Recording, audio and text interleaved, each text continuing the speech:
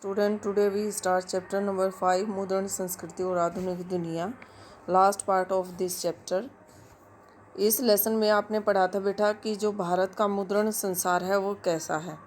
ठीक है, तो मैंने आपको बताया था कि भारत में जो प्रिंटिंग प्रेस है वो 16वीं शताब्दी में आई थी और सर्वप्रथम पुर्तगाली जो धर्म प्रचारक है वो इसे गोवा में लेकर आए थे। ठीक है, उसके बाद जेसुइट पुजारियों ने कोंकणी भाषा सीखी और बहुत सी पुस्तकें छापी। तो 1674 तक कोंकणी तथा कन्नड़ भाषाओं में कई पुस्तकें जो हैं वो छप चुकी थी। ठीक है बेटा, तो इससे आगे का आज हम स्टार्ट करने जा रहे हैं। भारत में जो मुद्रण तकनीक है उसका क्या प्रभाव पड़ा था। तो पहला हिंदुस्तानी अखबार जो है बंगाल गजट था। आपको याद रखना है, पहला हिंदुस्तानी अखबार बंगाल गजट था जिसका प्रकाशन गंगाधर भट्टाचार्य ने किया। ठीक है बेटा, तो 1821 में यानी 1821 में राजा राम मोहन राय ने समाज सुधार को आगे बढ़ाने के लिए संवाद कौमुदी नामक पत्रिका निकाली। तो राजा राम मोहन राय कौन से सुधारों के लिए जाने जाते हैं। राजा राम मोहन राय जैसे सती प्रथा का अंत किया, बाल विवाह जैसे जो समाज के अंदर जो कुरीतियाँ फैली हुई थी उन कुरीतियों को दूर करने के लिए राजा राम मोहन राय ने बहुत प्रयास किए और इन्हीं को समाज सुधारक जो है वो बोला गया। तो राजा राम मोहन राय ने इन्होंने अपने संवाद कौमुदी नामक पत्रिका निकाली और उसके माध्यम से इन्होंने समाज में सुधार करने के लिए अपने विचार जो हैं वो प्रकट किए। रूढ़िवादी समाज सुधार के पक्ष में नहीं थे। रूढ़िवादी लोग कौन होते हैं? रूढ़िवादी लोग वो होते हैं जो प्राचीन जो रीति रिवाज हैं, अंधविश्वास हैं, उनको बनाए रखना चाहते हैं ताकि उनकी जो प्रतिष्ठा है, उनकी जो पावर है वो समाज के अंदर से ख़त्म न हो जाए। इसलिए ये जो रूढ़िवादी समाज सुधारक थे ये इस पक्ष में नहीं थे कि जो राजा राम मोहन राय है वो प्रिंटिंग प्रेस का इस्तेमाल करें और जो पत्रिकाएं हैं या समाचार पत्र हैं वो छापे जाएं और लोग उनको पढ़ें। अगर लोग उनकी इस प्रकार की समाचार पत्रों और पत्रिकाओं को, पुस्तकों को पढ़ना शुरू कर देंगे तो इससे क्या होगा कि समाज के जो ठेकेदार वर्ग हैं, जैसे ब्राह्मण हैं, ब्राह्मणों के द्वारा जो है समाज के अंदर ये कुरीतियाँ फैलाई गई थी कि अगर एक जो स्त्री है विधवा हो जाती है तो उसके बाद जो उसका जीवन जो है नरक बन जाता है। उसे अंधेरे कमरे में रहना चाहिए, उसे अपने बाल कटवा देने चाहिए, उसे सफ़ेद साड़ी पहन के रहना चाहिए। ठीक है, तो इस तरह से और हमारे यहाँ पर एक और कुरीति फैली हुई थी जैसे बाल विवाह प्रथा कि बहुत ही छोटा बच्चा है जिसको ढंग से बोलना भी नहीं आता है, उन बच्चों की शादी वगैरह करा दी जाती थी।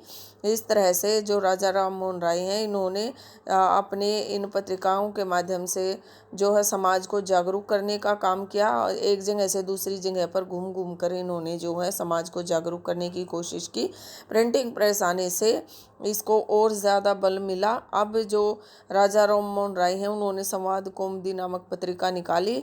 अब इस पत्रिका के बहुत सारे प्रिंट जो हैं वो छापे जा सकते थे और उनकी बहुत सारी पुस्तकें बना के जो है बाज़ार में बेची जा सकती थी ताकि जो लोगों के पास ज़्यादा से ज़्यादा मात्रा में ये पहुंच जाएं और लोग जागरूक हो जाएं। ठीक है, तो जो रूढ़िवादी लोग थे वो इस तरह से इनके पक्ष में नहीं थे। अतः राजा राम मोहन राय के विचारों से टक्कर लेने के लिए उन्होंने समाचार चंद्रिका नामक पत्रिका निकाली उनके अपोजिट कि अगर आप लोग इनकी बात मानेंगे तो आप अपने धर्म से विमुख हो जाएंगे, आप भगवान से दूर हो जाएंगे, आप ऐसा करेंगे तो ऐसा हो जाएगा। इस तरह की जो दुर्भावनाएं हैं, जो दुर्विचार हैं, उनको आगे बढ़ाने के लिए इस तरह का काम किया गया। तो जैसे ये सब किससे पॉसिबल हो पाया? प्रिंटिंग प्रेस के आने से। ठीक है, स्त्री धर्म विचार नामक कृति पंजाब के लेखक राम चड्ढा की है। ठीक है, स्त्री धर्म विचार नामक कृति जैसे जो स्त्रियां होती हैं उनके ऊपर बहुत सारे जो रीति रिवाज हैं, आडंबर हैं, वो थोप दिए जाते हैं। ठीक है, घर से बाहर नहीं निकलना है, पढ़ना नहीं है, पढ़ लिख के क्या करेगी, जॉब तो कहीं करनी नहीं है, लड़कियां जॉब करने के लिए नहीं होती, घर का चूल्हा चौका बनाने के लिए होती हैं। इस तरह के जो विचार हैं उनको प्रिंटिंग प्रेस आने के बाद जो है लोगों ने दूर करने की कोशिश की तो उसी तरह का एक प्रकाशन जो है, एक कृति जो है वो लेखक राम चड्ढा की प्रकाशित हुई, जिसका नाम था स्त्री धर्म विचार। ठीक है। फिर है कैरिकेचर तथा कार्टून। सामाजिक अथवा राजनीतिक विषयों पर टिप्पणी करने वाले व्यंग्य चित्र होते थे। अभी भी आप देखते हैं कि जो समाचार पत्र आप लेते हैं, उन समाचार पत्रों के एक कॉर्नर पर कुछ कार्टून वगैरह जो हैं छाप दिए जाते हैं और उनसे व्यंग्य चित्र होते हैं। ये किस प्रकार के चित्र होते हैं? व्यंग्य चित्र होते हैं। ये टिप्पणी की गई होती है। ठीक है। तो 1870 के दशक में ये छपने आरंभ हुए। फिर है भारत में अंग्रेजी शासन ने अपनी आलोचना से बचने तथा राष्ट्रवाद की भावना को कुचलने के लिए प्रेस पर कड़े प्रतिबंध लगाए। लेसन के स्टार्ट में ही मैंने आपको बताया था कि जो प्रिंटिंग प्रेस आई है उसके नए नए रूप क्या है, धार्मिक सुधार क्या हुए और प्रिंटिंग प्रेस के ऊपर कौन कौन से जो है प्रतिबंध लगाए गए। ठीक है। तो इसके अंदर क्या है कि क्योंकि भारत जो है राष्ट्रवादी भावना से ओतप्रोत था, इससे राष्ट्रवाद की भावना को बल मिला।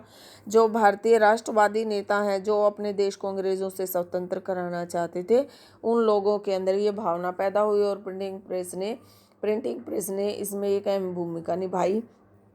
अब लोगों ने अपने विचारों को ज़्यादा से ज़्यादा संख्या में जो है पुस्तकों के माध्यम से, पत्रिकाओं के माध्यम से, समाचार पत्रों के माध्यम से प्रकाशित करना शुरू कर दिया, जिससे लोग उसको पढ़ें और पढ़ के वो अपने देश के को स्वतंत्र कराने के आंदोलन में बढ़ चढ़कर भाग ले।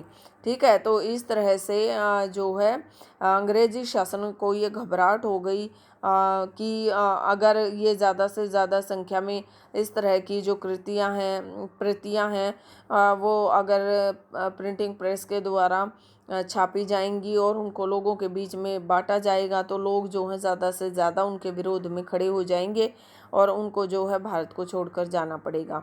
तो इसलिए उन्होंने भारत के अंदर अंग्रेजी शासन ने अपनी आलोचना से बचने के लिए भारत के अंदर इस भावना, राष्ट्रवाद की भावना को कुचलने के लिए, राष्ट्रवाद की भावना क्या कि अपने देश के ऊपर मर मिटने की जो एक भावना होती है, एक आंतरिक भावना होती है कि हमारा देश जो है वो स्वतंत्र होना चाहिए, अपने घर बार को छोड़ देते हैं और अपने जो देश के प्रति हम अपना सब कुछ निछावर करने के लिए तैयार हो जाते हैं। उस भावना को कुचलने का जो काम है वो उस समय की अंग्रेज़ी सरकार ने किया और इस वजह से उन्होंने प्रिंटिंग प्रेस के ऊपर जो है प्रतिबंध लगाने के लिए इस प्रकार की पुस्तकें जो लोगों में जागरूकता का भाव पैदा कर रही थी, उनके ऊपर प्रतिबंध लगाने के लिए इन्होंने जो वर्नाकुलर प्रेस एक्ट है वो लागू कर दिया।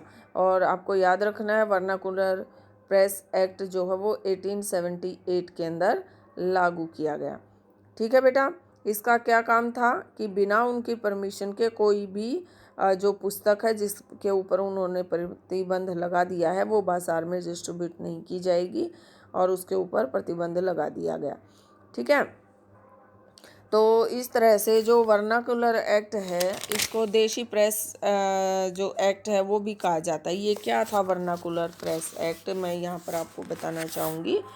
वर्नाकुलर या देशी प्रेस एक्ट 1878 में लॉर्ड लिटन ने पास किया था। उसके अनुसार भारत के देशी समाचार पत्रों पर कड़ा प्रतिबंध लगा दिया गया ताकि वे अंग्रेजी सरकार की आलोचना न कर सकें। अंग्रेजी समाचार पत्रों को इस सेंसर से मुक्त रखा गया। यदि किसी देशी समाचार पत्र में छपी किसी रिपोर्ट को विद्रोही समझा जाता है तो उसके ऊपर प्रतिबंध लगा दिया जाता है, उसे पब्लिश नहीं किया जाता है, उसे चेतावनी दी जाती है। ठीक है। उस समाचार पत्र या पत्रिका को जब्त कर लिया जाता है। ठीक है। और यहाँ तक कि अगर उनका कहना नहीं माना जाता है तो जो प्रिंटिंग प्रेस की जो मशीनें हैं उनके ऊपर सरकार का कब्जा हो जाता है। ठीक है बेटा। तो ये वर्नाकुलर प्रेस एक्ट था। ठीक है। और ये किसके द्वारा लाया गया? लॉर्ड लिटन के द्वारा। कब लाया गया? 1878 में लाया गया। कब लाया गया? 1878 में। ठीक है। वुड ब्लॉक का मैंने आपको बता ही दिया था कि जो वुड ब्लॉक है उसका क्या महत्व था। दूसरा मैंने आपको इसके अंतर्गत बताया कि इसके अंदर जो धर्म सुधार हुआ या उनके प्रति जो जागरूकता हुई, समझ सुधार जो आंदोलन चले वो किस प्रकार चले और ये राष्ट्रवाद में इसने कैसे भूमिका निभाई। तो इसके अंदर मैंने आपको बताया कि जो प्रेस की जो प्रिंटिंग प्रेस की स्वतंत्रता है उसके कारण जो है लोगों के अंदर ज़्यादा से ज़्यादा प्रिंटिंग जो दस्तावेज़ हैं वो डिस्ट्रीब्यूट होने के कारण जो लोग हैं वो पढ़ने के प्रति जागरूक हुए और ज़्यादा से ज़्यादा अपने देश पर मर मिटने के लिए तैयार हो गए और वो अपने देश से अंग्रेज़ों को निकाल देना चाहते थे, वो स्वतंत्र हो जाना चाहते थे। अब उनकी जो खुद की स्वतंत्रता है, जैसे मैंने आपको बताया था कि जो महात्मा गांधी हैं वो खेड़ा गए थे, ठीक है, बिहार के चंपारण गए थे, तो दूसरी बार फिर खेड़ा गए थे जब मजदूर जो संगठन है उन्होंने मिल मालिक के विरोध में जो है प्रदर्शन करना शुरू कर दिया था, तब भी महात्मा गांधी वहाँ गए थे। तो इस निजी स्तर पर जो स्वतंत्रता, जैसे बागान मजदूर जो है वो बागान मालिकों से स्वतंत्र होना चाहते थे, जो वर्कर्स हैं वो अपने मालिक से और ज़्यादा जो है पे देने के लिए सहमत करना चाहते थे। जैसे इस तरह के जो अलग अलग जो मजदूर संगठन है उनकी अपनी अपनी डिमांड्स थी। तो आदिवासी जो हैं वो वन अधिनियम के विरोध में खड़े थे। इस तरह महात्मा गांधी ने जो है इन आंदोलनों को जो है वहाँ जाकर अपने अपने सत्याग्रह आंदोलन के द्वारा, अपने असहयोग आंदोलन के द्वारा यहाँ लोगों को एकजुट करने की कोशिश की। अपनी जो खुद की स्वतंत्रता है, पर्सनल जो चीज़ें हैं उनको छोड़कर अपने देश के प्रति जो राष्ट्रवाद की भावना है उसको जागृत करने की कोशिश की। कि उन्होंने कहा कि सभी लोग अपने काम धंधे अपना सब कुछ छोड़कर एकजुट हो जाएं, और जब हम एकजुट हो जाएंगे तो हम अंग्रेज़ों को जल्दी से जल्दी भारत से जाने के लिए जो है उनको प्रेशराइज कर पाएंगे, ठीक है। तो इस तरह से जो महात्मा गांधी हैं उन्होंने जो है इसमें राष्ट्रवादी भावना को बढ़ाने में जो प्रिंटिंग प्रेस है उसने महत्वपूर्ण भूमिका अदा की, ठीक है।